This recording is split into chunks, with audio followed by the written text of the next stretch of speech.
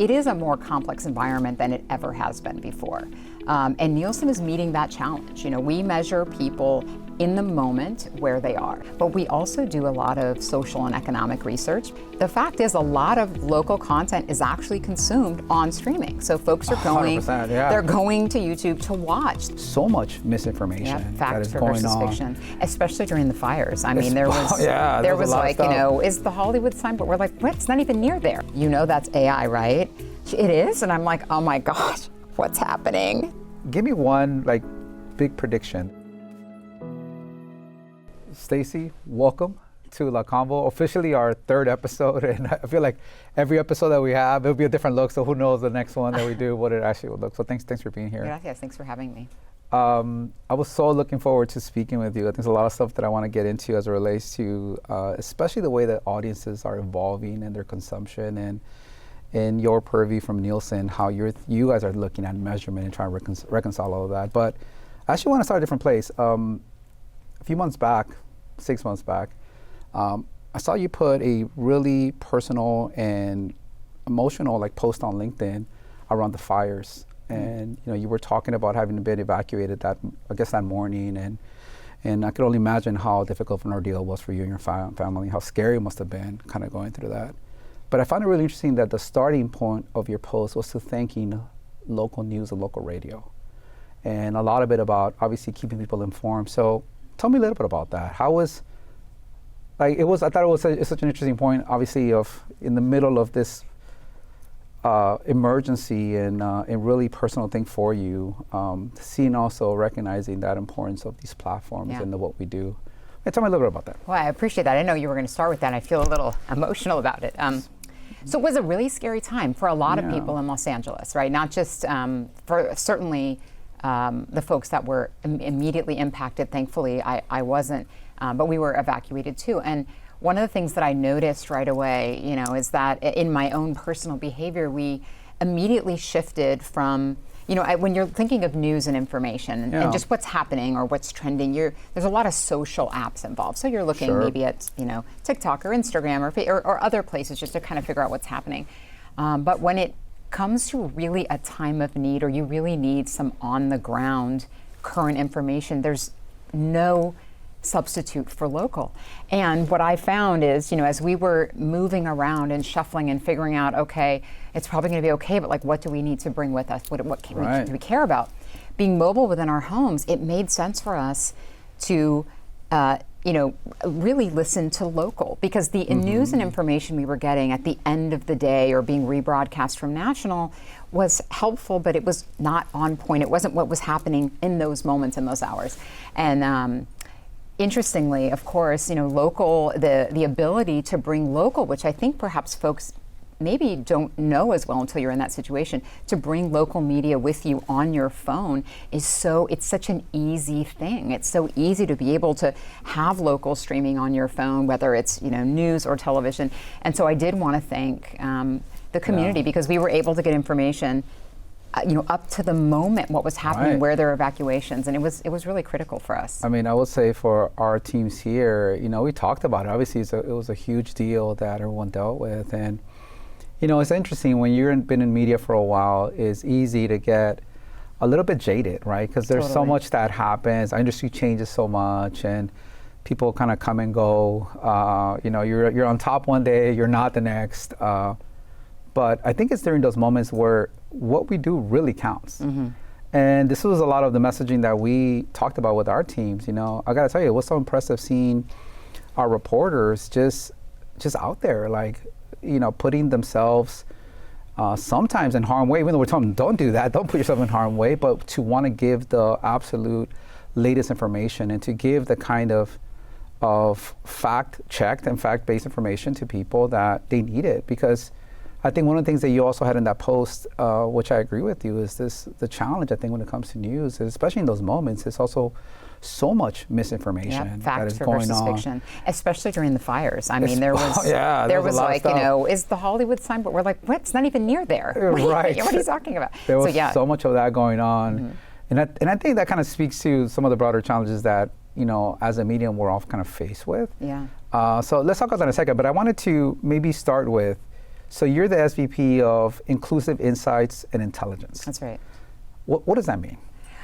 In simple terms, that means that I collect and oversee the narratives that leave Nielsen or that we publish about diverse audiences and inclusive insights. So all of the piece that I wrote that you were talking about wasn't just about the power of local, it was also about the power of local for Latino and Black communities during this time as well. So it's very specifically ensuring that all of the narratives that leave Nielsen are inclusive and that we create specific stories that highlight the power of diverse audiences throughout media and entertainment.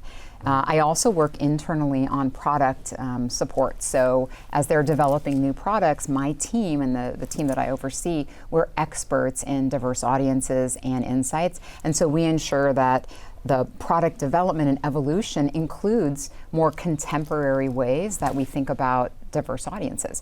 Some of the ways we collect data even today on race, ethnicity, or gender aren't things that we did 30, 40 years ago, right? There are new ways that people are identifying, and we want to make sure that our products and insights always reflect the evolution of the population. And when you think about the sort of thought leadership piece that you work on, how do you frame, I mean, because frankly, part of this, we were just talking about this backstage, right? Part of this conversation is a way to sort of have more meaningful, thoughtful conversations that I think are really important to be had. But for you, it's also publishing those sort of those insights and even thinking about what are those narratives you want to get out there. Tell me a little bit about that actual process of how do you look at I'm sure it's a combination of reacting to the moment of what's trending, like in the case of fires, obviously that wasn't necessarily planned for. But I got to imagine beyond that, you're also thinking more proactively, future-facing. Like, what are some of the different areas that you guys are sort of laying out? So tell me a little bit about that actual process. Well, you have to be a bit of a futurist in this work because a lot of what we know is already what we know. So what I like to do with my team is we take the pulse of what's happening in the community, but also where we think things are going. And the challenge there is we want to ground everything in insights and in data. So that means something would have had to have happened, but we're going to opine on a trend that we see unfolding. We keep our finger on the pulse of our communities and the conversation that's happening socially.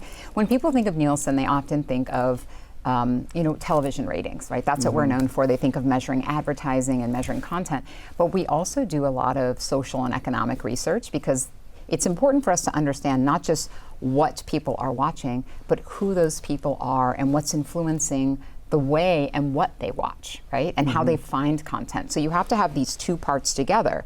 And it is in this second part that we really can be more futurist. We can better understand how people are consuming content differently, where they're seeking and finding content, what it is about that content that resonates. That's what's meaningful and valuable to brands that want to reach audiences, right? It's the evolution of what they watch and how. So as we are reading and researching throughout the year, we're also putting out pieces that help us understand how the conversation is changing.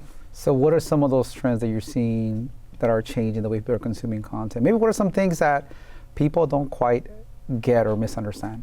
Well, one of the things I think is the most fascinating, specifically about the Latino community, is we always hear how people are streaming more than ever, right? They're streaming more content, and streaming has finally surpassed, broadcast or whatever. That happened for the Latino community like 4 or more years ago.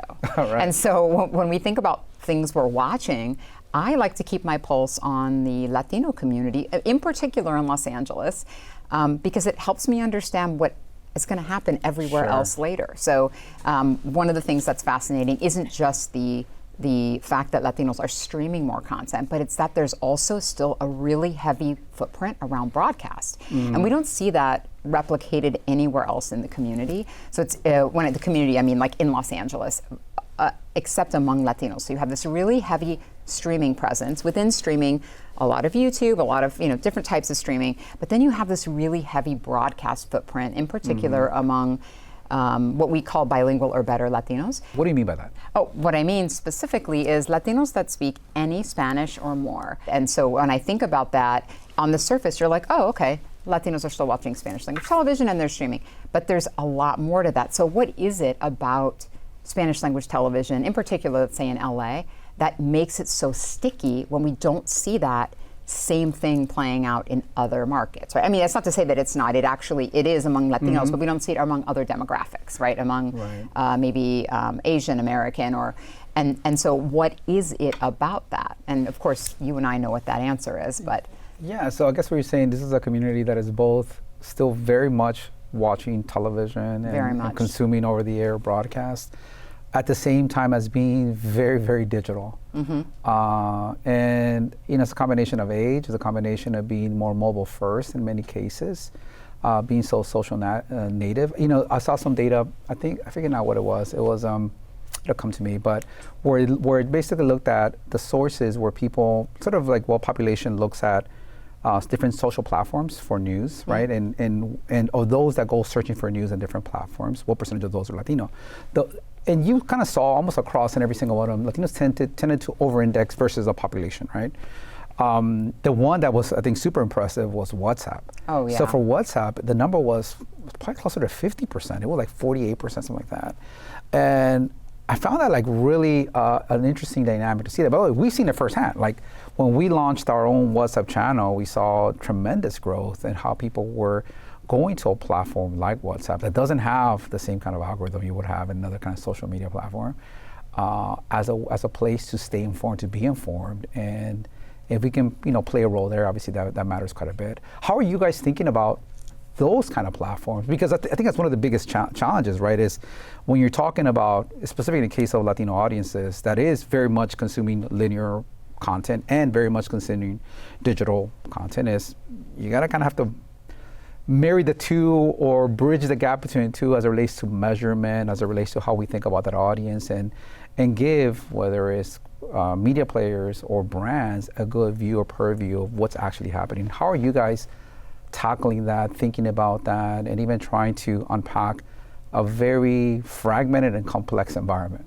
Well, first I want to acknowledge too, when we talk about streaming or digital, I think in people, and you and I had this conversation, we were sort of prepping for this, when people think of that, they think of creators and, the fact is a lot of local content is actually consumed on streaming. So folks are going, they're going to YouTube to watch their local state because it's easy for them to find, right? Yeah. And so that's one of the things as I'm working on our Hispanic report, which I produce every year at the end of August, beginning of September, this is one of the conversations we had. I looked at some of the top consumed content on YouTube, and of the top 35 most watched content, easily 30 or 27 of it was traditional broadcast content that is on from broadcast partners like you. So I was like, wow, that's not just fascinating, but it tells me that Latinos are drawn to that content. So I don't want there be any confusion. We're leading in that. I think I share with you. I mean, from that perspective, no, we are. I mean, look, I've been here now 10 months. Okay, and I shared with you before this, I was in the startup world. Building out mostly digital first, not mostly, all digital first companies, let's just put it that way. That was one of the things I was super impressed by. Yeah. Like when I first got here, I'm like, man, we're getting quite a bit of YouTube audience. And I will tell you, this year alone, in the first 6 months of the year, we've driven more video views in the first 6 months than the last 3 years combined. It's amazing. I mean, and look, we've had the fires, we've had ICE raid, we've had protests, but as I always tell people, we've had news every year. But folks know where to go. And they know where to go. And these stories are obviously very relevant to the communities in LA, to the communities in California, to the communities around the US. And I also think it also is related to what we were talking about earlier. There is a trust factor. The people see it that if we're producing it, that we are taking our time to make sure that it's accurate. And by the way, not that we get it 100% right all the time. And if we would get it wrong at any given point in time, then we also have that responsibility to go and correct it. And it's not just a one-off comment that you throw it out and, if I was right or wrong, I just kind of winged it and we'll go from there. Yeah. But so I agree with you. But in that dynamic, I still think there is this broader challenge, which is this audience. So tell me a little bit about that. How are you guys thinking about? How are we pulling all of this together? So I just wanted to make that clear when I talked about. So it is a more complex environment than it ever has been before. And Nielsen is meeting that challenge. We measure people in the moment where they are. So whether they're streaming content, whether they're watching it on linear, whether it's cable, connected device, through their phone. We're meeting that, and we're able to bring all of that data together and provide it in a lot of different cuts. So it's our pleasure to do so. It's pretty complex. I mean, depending on how much you want to get into it. But the most important part of this pie, I guess, is really understanding the evolving identities of people and where they're consuming content.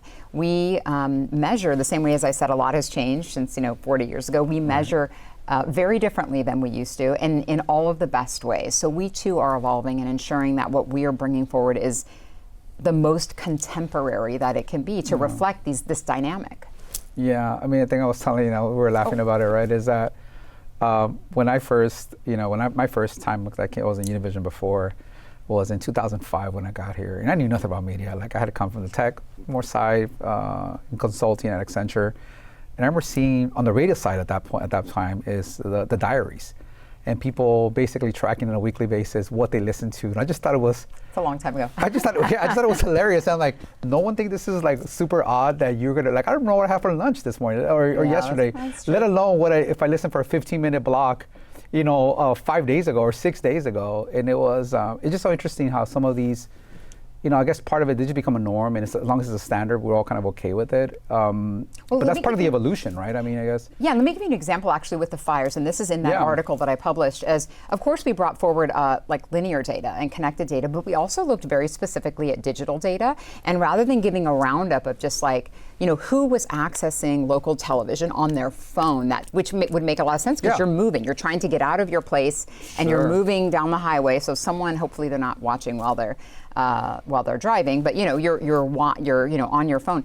We were able to not just look at what source viewing was coming from, and specifically then from digital or from mobile, but within that to look at what demographics those were. So it gave us this really rich picture of who was consuming this of the moment, at 4:30 a.m. evacuation data in the news, like by demographic, and look at it not only by demographic but by race and ethnicity. It was fascinating because a lot of things. Yes, that's super interesting. Tell me about that. What was the change that you saw in demographics as people sort of shifted from their couch watching TV to now you're potentially on the move on your phone? So as you would expect, in the beginning, a lot of the digital data was younger adults, right? Younger folks but as I guess evacuations, continued and more people were not able to sit and watch on their couch because they were moving, we saw the digital data sort of broaden in terms of demographic reach. It was one of the highest, and I wish I had that data at my fingertips right now, but it was like, of course, one of the highest impressions that we've seen overall, but it was one of the highest among like 35 plus or 35-49 that we'd ever seen. So it's really interesting because it told me that people's behavior changed as they started to consume content differently throughout that specific day.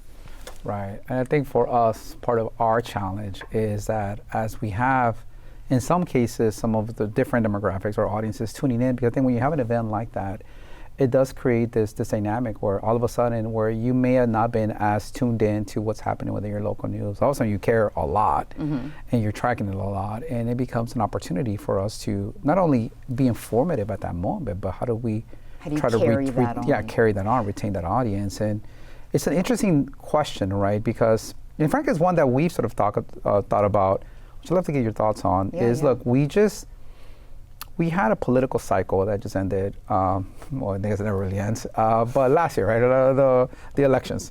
And in many ways it was, if not defined, heavily influenced, let's call it that way, by podcasters. And none of these, I would say, non-traditional news sources that at least played a role, right? Whether they defined it at the end or not, we can debate that. But to that point, there is all this sort of fragmentation where people are, one, considering news and where they're going for it. And I think one of the things that we've sort of thought about is what kind of conversations do we need to have, including like this one, that is a different type of conversation that engages people in understanding what is happening around them rather than only reporting on it. And there's a time and a place for that as well. But as you think about those different types of formats and content that we are consuming it, what is the whether it's products, whether it's even looking at behavior, how do you think about those new types of information that is coming out that is not at all tied to bigger organization like ours or bigger media, but is still playing a role in being a source of information for people during these moments. Well, one of the things that's really interesting, so I just got back in June from the Cannes Lion Advertising Festival in the south of France. And one of the things that was most prominent there, the conversation, while they did have some creators there this year, it was really focused on the creator ecosystem, right? So there was a lot of creators, podcasts, YouTubers, wherever folks are creating all this content. And brands and advertisers are increasingly looking to be on those platforms and part of those conversations. And I would say the reason folks tend to be drawn to that is because it's very real and very raw. And you are creating, I mean, and not to pat you on the back, but from what the conversations we've had, you're creating that sort of environment. No, you can do it, it's okay. Okay. But in a very trusted platform. So there's additional data we're pulling together around trust and how people feel about, in two ways, not the brands that are present in the content that they love and enjoy, and how they feel about the content. Because the conversation around trust has really never been, I mean, and I can say this with full honesty, it's never been higher than it is right now, whether things are credible and they can be trusted, not just because of the political environment, but also because of AI and all this generated content. I was had the privilege of listening to my mom watching a TikTok the other day, and I said, that's AI, right? It is, and I'm like, oh my gosh. What's happening? Yeah. So I think I think your question was like, what can we do to continue to stay relevant in this environment where there's so much fragmentation around content folks are consuming? I would say you're already doing an amazing job. One thing I will say is I feel like in this environment where there's so much content, folks are really pulling in and they're wanting to be more centered locally, more centered in their town, more centered, and it's this contraction almost that I feel that folks are having. It doesn't mean we don't have global views and we're not wanting to, consume more global content, but I sense this larger narrative of folks really pulling into trusted communities and environments, which means local stories, at least in my opinion, I think are going to continue to do really well. Yeah, and I think the data backs you on that. I think local news, even in the last 4 or 5 years, the actual trust in local news has actually gone up, which is not what people necessarily think of, because a lot of people are going to places like social to get, and they have a lot more trust there as well. But I think it's this idea that we're in the community and we're talking about the things that people see when they walk outside their house, and that matters. There's an element of like, if something is happening around the globe, yes, I may have trust factor there, but I don't see it. It's not as real to me to some extent. But when it's happening here and you've seen it, I think it matters a lot. It's so funny on the AI thing. It's interesting because I think there is a case where it's very obvious that you see some AI and maybe your reaction immediately to kind of walk away from it and be like, oh, I don't want that. I actually think it's not. I actually think the bigger issue that creates mistrust is those where you're not entirely sure. Like, I'll give you an example. Like I even joke with the team here is that I'm a big fan of like really being plugged in around content, and I've joked that, hey, we should have like a TikTok hour where we just all get on TikTok for an hour and we just see what's happening, and just to be plugged into what people are talking about, what's going on. It sounds like a big waste of time, but I think part of it is like just being plugged in. I don't think so. I gotta say, one of my favorite is. There is this, and I get it in my algorithm all the time, so clearly recognize it. I want to see if I have it too, see how like our algorithms are. Probably not. It's this gorillas that are like do like these podcast content, and it's clearly AI, obviously. Okay. Like actual gorilla, not like an actual gorilla. Okay. Well, they're an AI gorilla, but they're having like this podcast conversation, and I find it hilarious, and it's so interesting because I know it's AI, but I also know that whoever created this knows that it's AI, so we're both in it, like in the joke together. Yeah. There is no like you're trying to trick me, like if this is real or not. So therefore, I'm very comfortable with that. And if anything, I more think about like whether it was all AI or whoever came up with the script, like they're funny. Like they have a good sense of humor. Whoever's doing that, and I find it like really fun to see some of that content, even though clearly it's AI but it doesn't bother me at all. I think it's the other ones where it's trying to pass like maybe it's real, maybe it isn't, where it creates that kind of mistrust. that I find really interesting. I wonder if you've had a similar dynamic there, or how you think about that. I think it creates a challenge for advertisers and brands. So I'm going to like shift it to our business a little bit, because advertiser, just like the old, the red lines or the list from the old days of content folks didn't want to be in. Increasingly, I think brands are finding it difficult, at least in social, to be sure that they're in places where, or in between content, if we're talking about TikTok as an example, that is where they are not going to have any impact from the halo of the content that they roll up between, right? And so for that reason, there's a lot of safety in local, in established linear and in cable, because and it doesn't, not to say that they're not going to still be in those spots, because recently we just put out Nielsen's annual marketing report, and like 75% of brands said, yes, we're going to increase our spend in digital. So we know that is something brands are still going to do.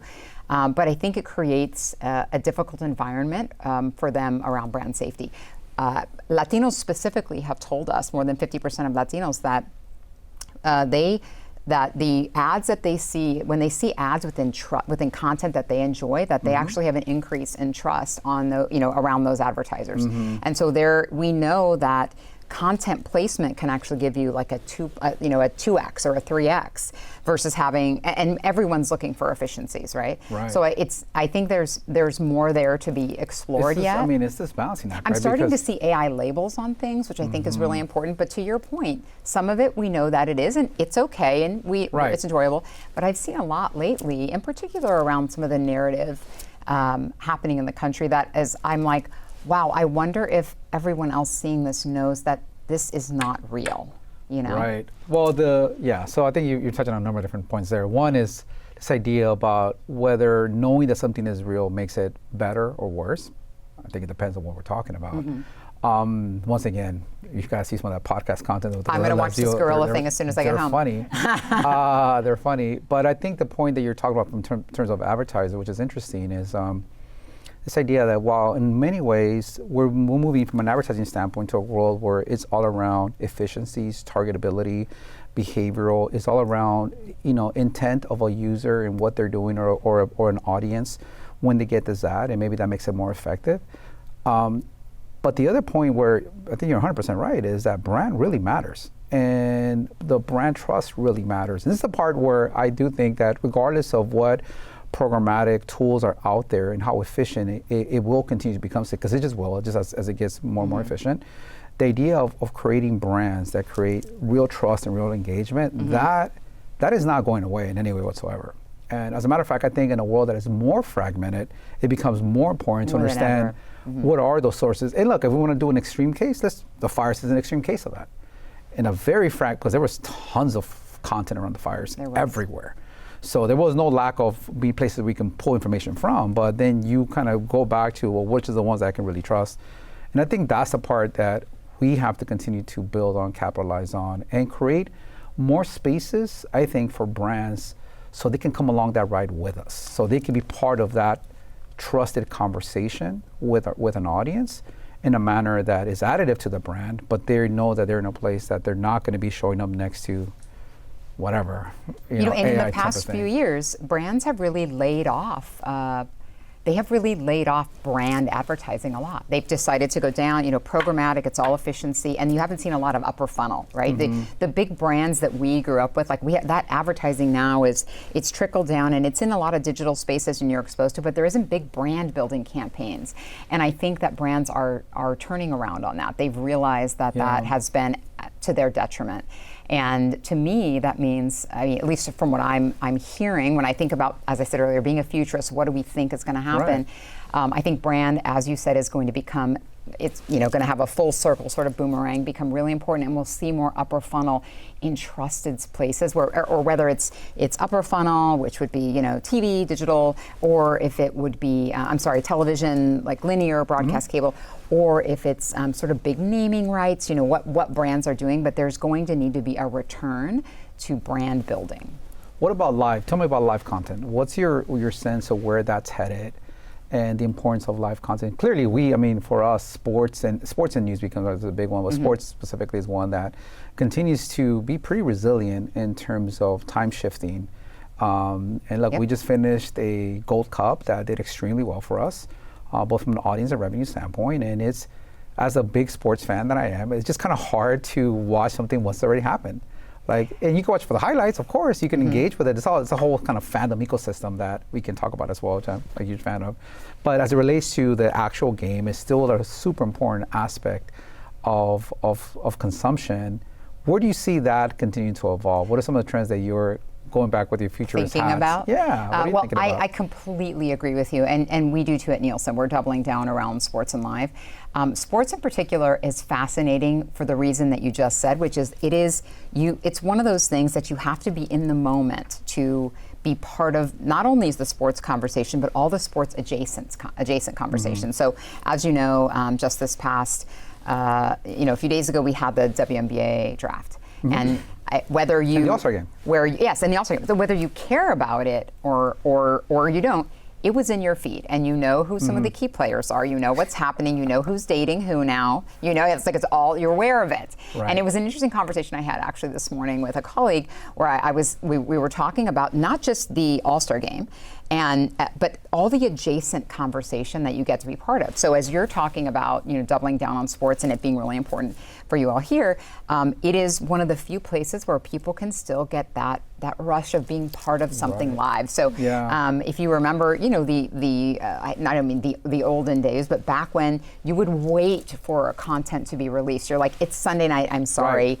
I can't even talk to you. Like I must have watch. to, right? Yeah, I need yeah. to watch this, or I have to catch this. Because now with the ability to be able to watch on-demand content, which is still great, and it's a great place for folks to be, sports gives you that really special rush of being able to be part of a conversation. And I would say the same thing is true with live, with news and other content. Well, what's interesting from a fandom standpoint, though, is we've kind of gone in different directions, right? Like, my last company was a sports fandom company. Like, the whole idea was that fans want to engage with other sports fans in a much broader way. And it starts with the games, of course, starts there, but it kind of goes beyond that.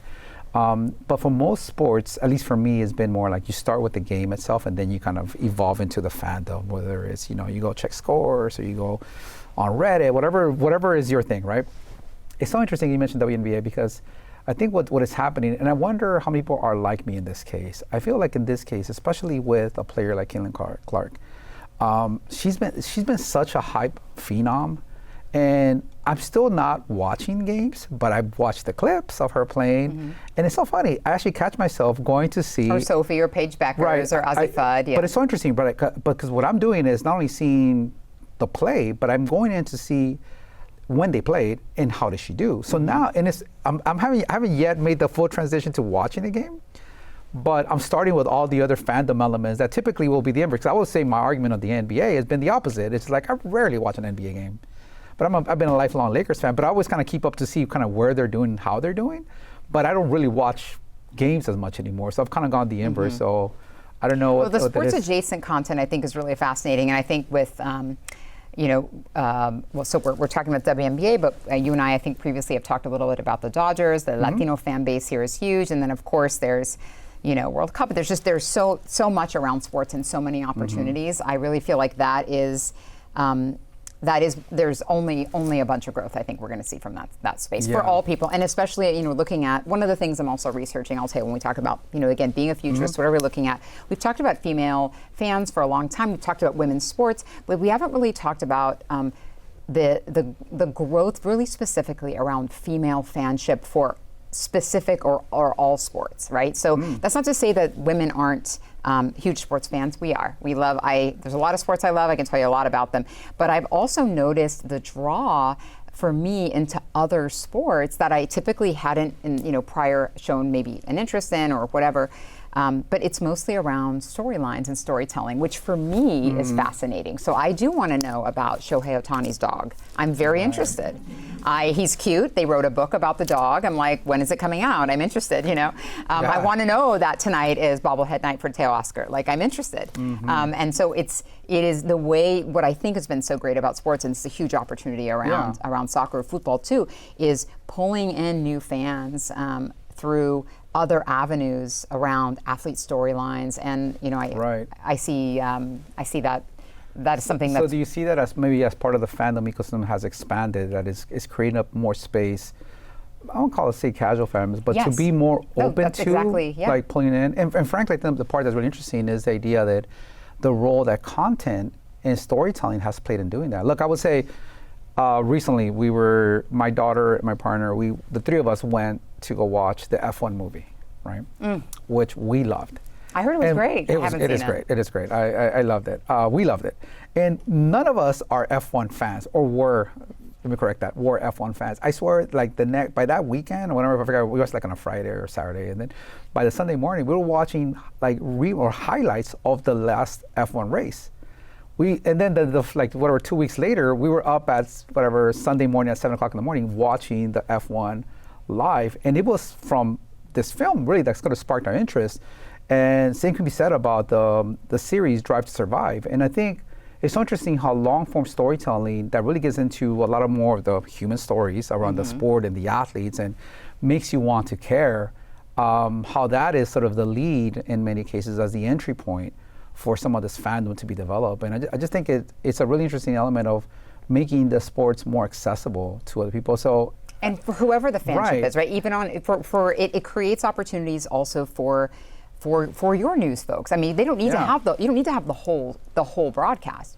You need to have the story about something, like there's all of these pockets of opportunities that's creating. I think I know brands are looking very differently at sports, and they're also looking at what they would call sort of emerging sports, or sport. When I say emerging, it's sports that don't have maybe a strong foothold. I did some work on this last year for our Latino report called Fanáticos, where I was looking at sports that are maybe considered, they're big sports, they're considered, strong Latino and other fan base.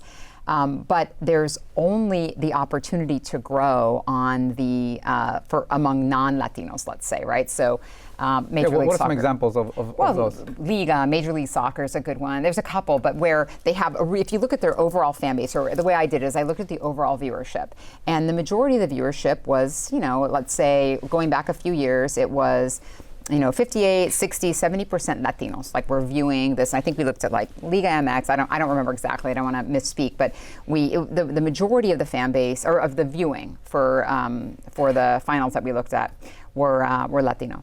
And then as we looked year by year, so we looked like 2018, then we looked at 2019 or whatever. We couldn't look at 2020 or 2021, but then we looked at 2022, 2023. And what we found that was really interesting was that and I want to be clear, you have to listen to this. Because again, if you just look at data, you go, this is terrible. Hang on. The Latino, the composition, what's the storyline? The composition of the Latino fan base actually got smaller. Hang on, that's composition. Right. But the overall audience got a lot bigger. So in numbers, so what were the gains? Volumetrically, Latinos were viewing more and more every single year, but the comp went from 70 to 60 down. I was like, the composition of the audience, but that tells me that this passion among Latino sports fan was actually bleeding into and bringing in non-Latino sports fans. So the overall gain was bigger, and there was more non-Latino, non-Hispanics that came to this sport as a result of the passion and the culture that Latino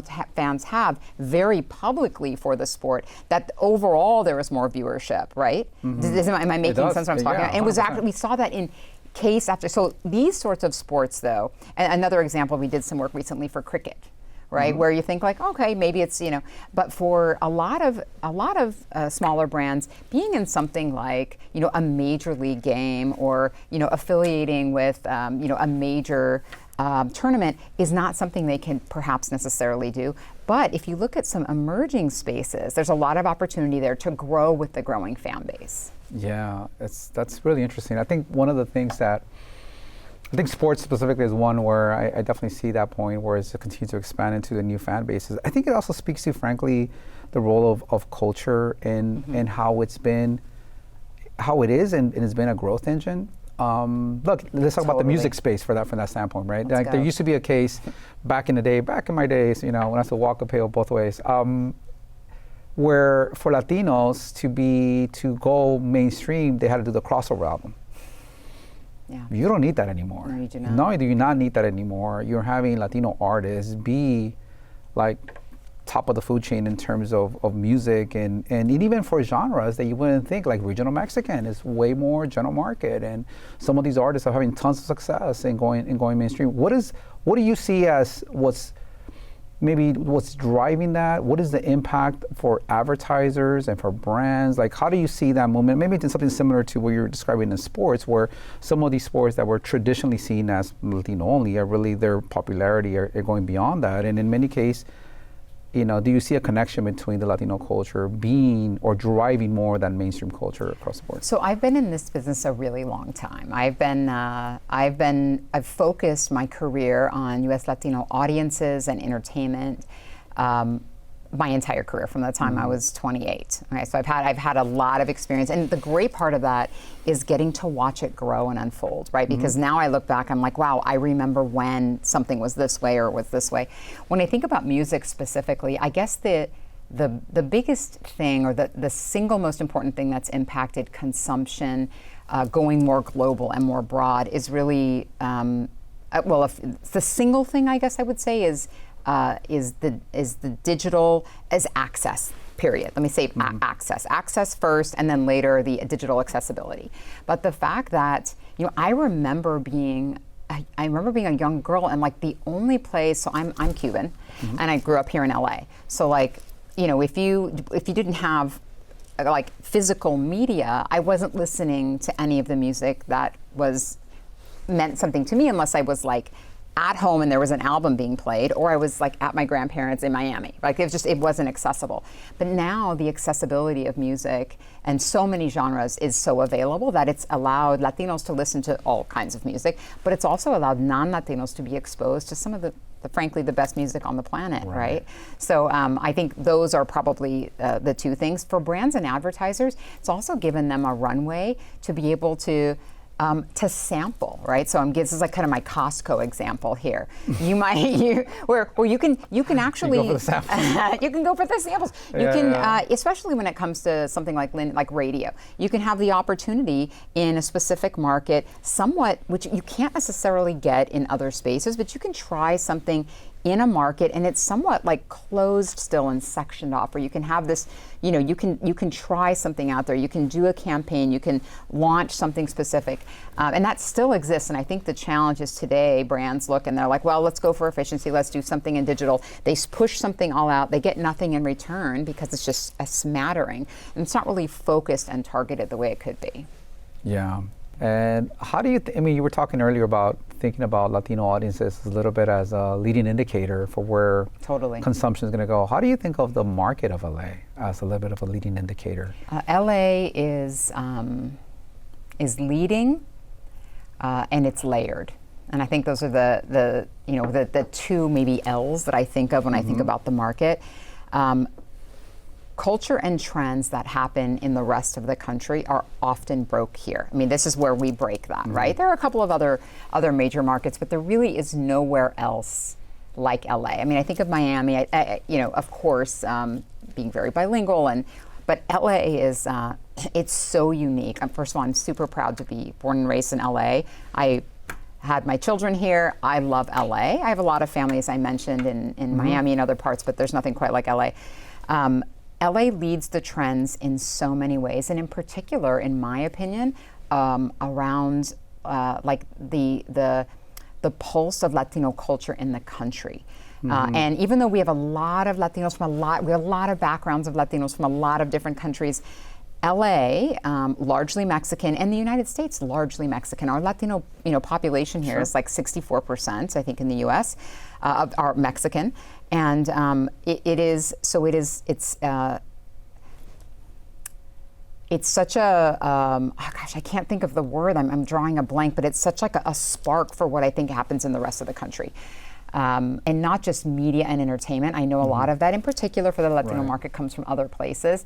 But LA just really leads the trends, and we see that now even unrolling around discourse, what people care about. LA is incredibly diverse, multicultural. We we have a tremendous GDP. As a city alone. Yeah. And I I don't know what else I can say about it. I think that what's interesting is just with the size and the percent and the people that are here, it also creates all of this micro communities, right? The smaller communities that are tied to different neighborhoods. And look, going back to content consumption and media, I think that is one of the trends that we have to continue to expand. This idea that there are, especially driven by social media, is that because social media is really driven by people's personal algorithm, whatever the algorithm thinks you want to consume. There's all this opportunity to speak to people around very niche audiences, right? Like, look, I was telling you that I built a sports fandom company. One of the things that caught my attention early on was when I saw that the Dodgers did their first ever Salvadorian Heritage Night. And the amount of people that came out to that, like the amount of content and creators that came out, I just thought it was so interesting. For me, it was like, wow, I've been in LA most of my life, and I didn't I knew there was always a big Salvadorian community, but I didn't see it like that. I was very used to most sports team doing their Latino Heritage Night, and kind of like a one for all kind of thing, maybe a Mexican Heritage Night, but I think it kind of sparked this idea no, there's actually these big pockets of other communities of which they're also fans, they're also Latinos, but they have their own flavor to how they view the sport and how they engage with the sport.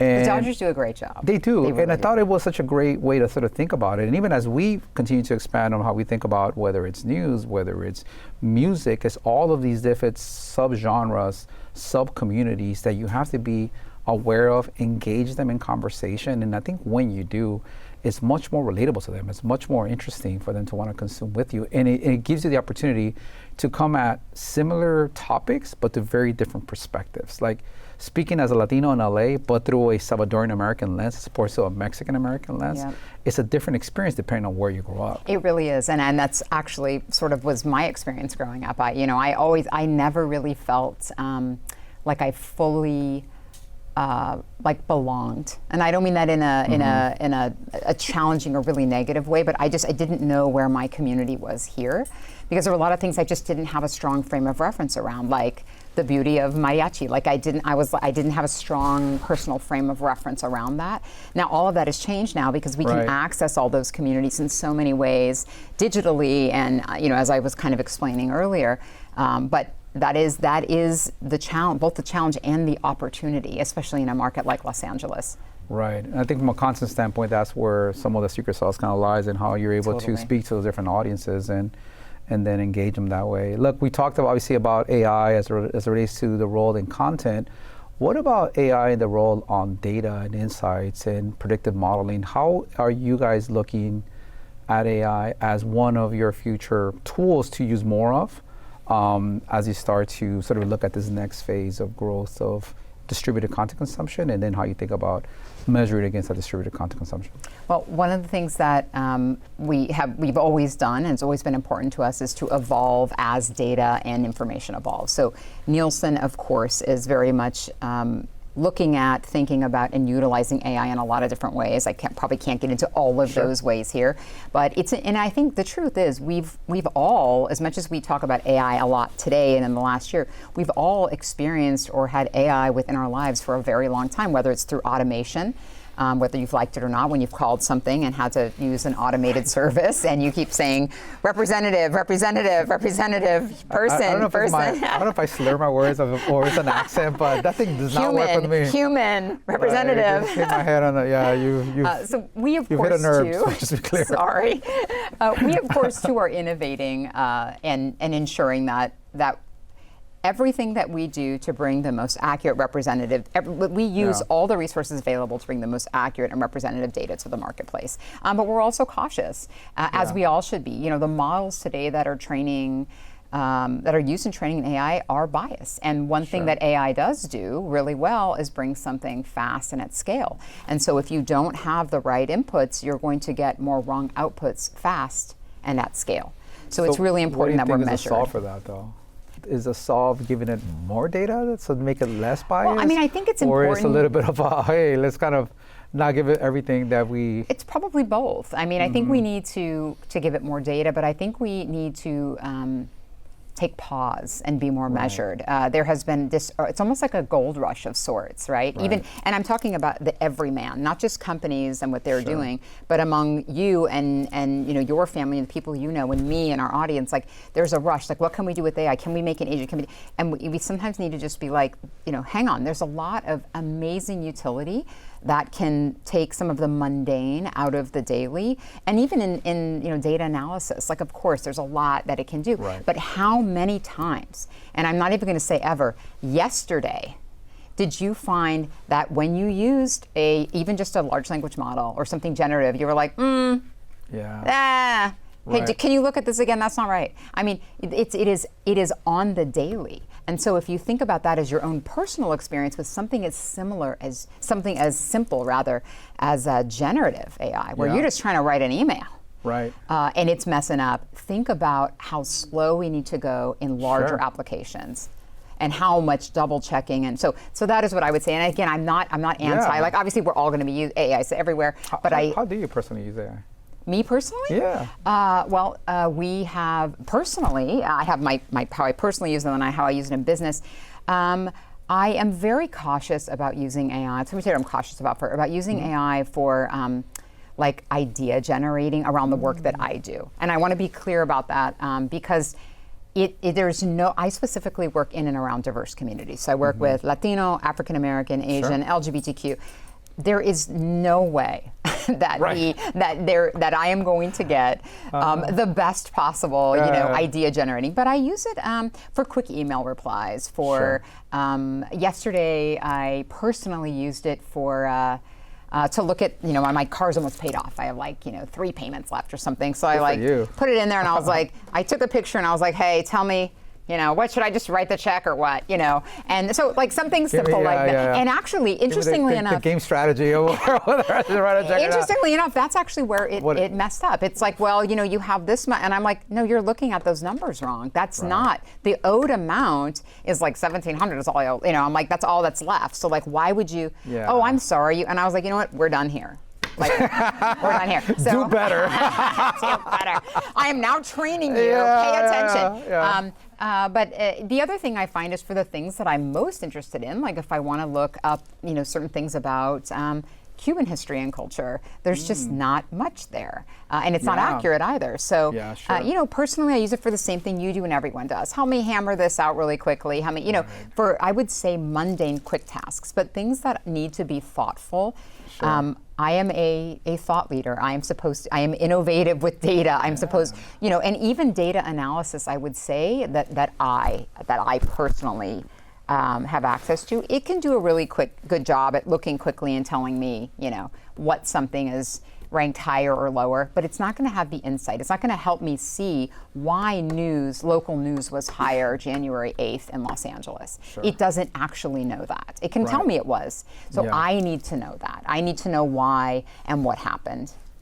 January 8th, by the way, I wrote it out. 1.1 billion minutes of local TV news consumed. That's the stat I was telling you. The stat that I wrote down.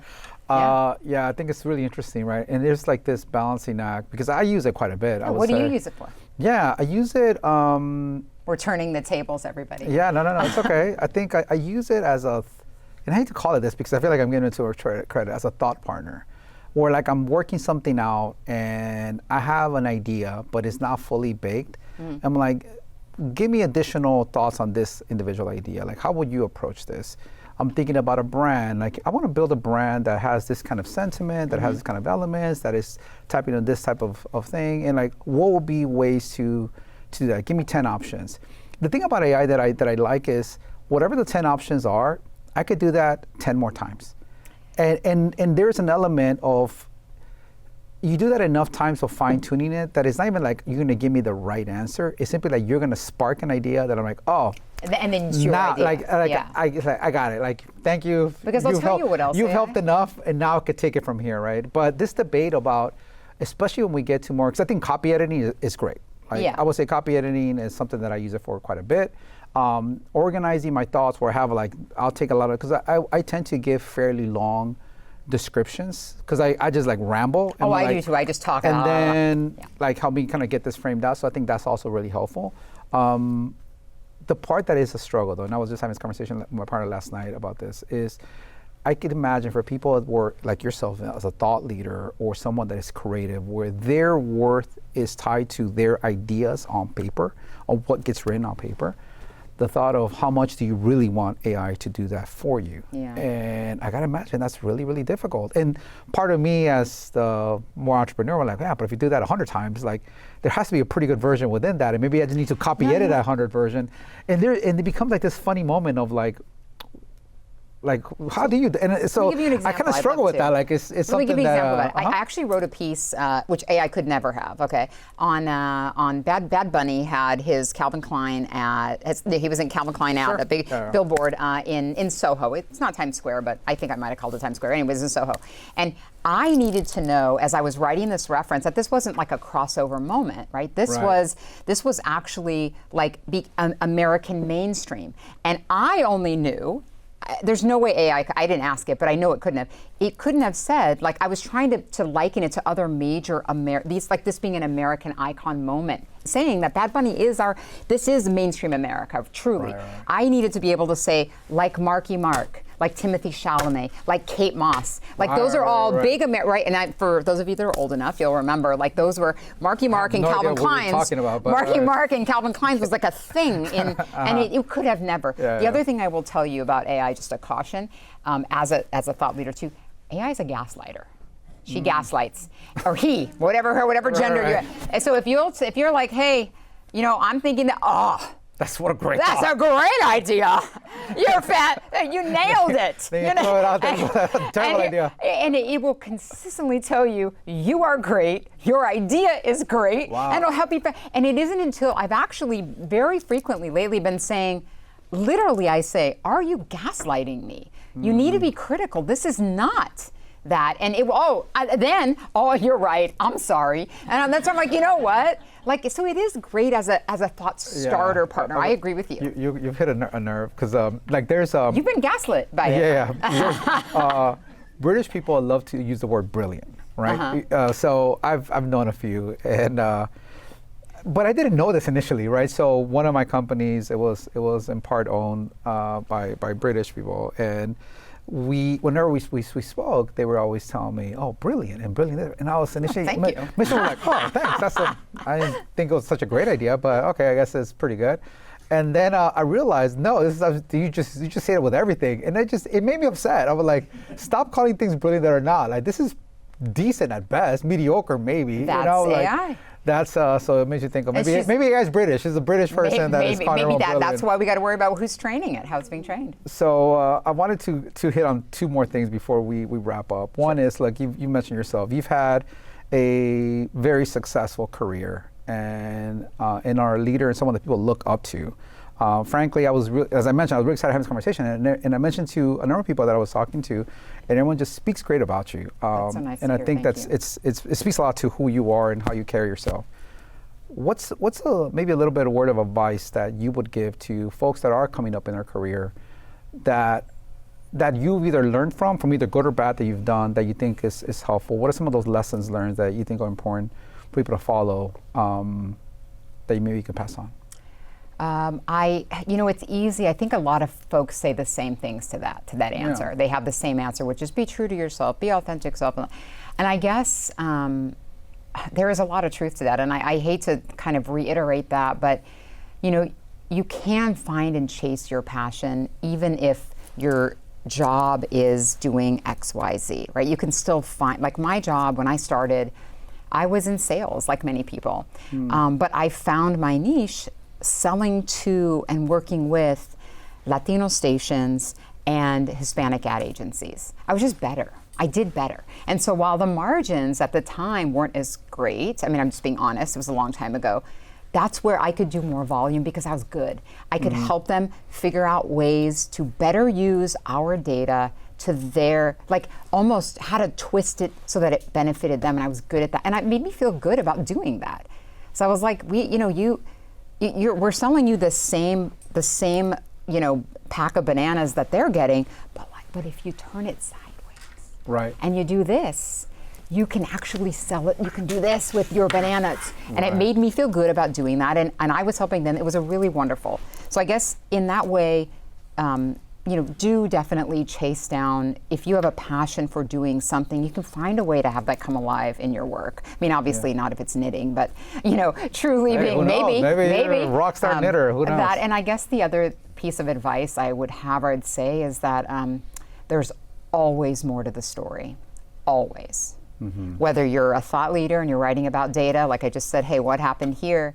Whether you are working with your generative AI, there is always more to the story, and we often take information at face value because it's quicker, faster, easier, and we can't. If there was ever a time, we just cannot afford to do that. You cannot trust. Well, I don't want to say you cannot trust. Don't take anything at face value without really having trust in that source and knowing. Or doing some secondary research, some secondary fact checking. Yeah, I have a friend of mine who always says, go to the sources. And I think it's a great one. And that's actually one of the, because now you kind of hit on AI, I think that is one of the things that it's a big miss, where people just take whatever AI spits out, it like takes it as gospel, and even asking the question, where did you get this from? Like, give me the top sources where you pulled this from, because I need to go look at it to see what additional context was there. So I think that's really good advice. Last piece, and you've been doing a lot of what do you call it, future, like futurist, future gazing, futurist. But give me one like big prediction that you think we'll see in the next 5-10 years in this space, in your space, that you see coming. I think media is going to become incredibly more personalized and one-to-one. So right now, it went from sort of one to everyone to one to many. It is going to feel conversations with brands in the future, and even media, are going to feel like a DM.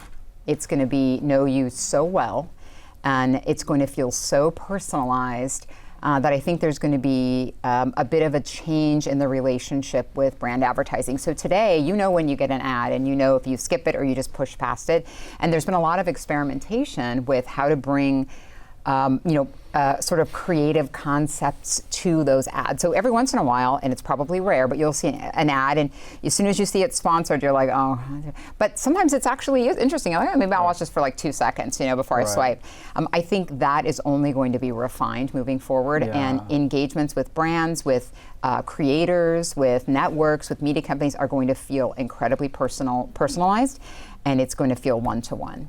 I agree. I think I find it really interesting when there's a content that shows up in my feed that feels out of place. I'm like, what did I look at that this felt that was important to show to me? And I always find it so interesting trying to better understand how these algorithms are. They're refining, but it's the inputs still. There's still a lot of work to be done there. Yeah.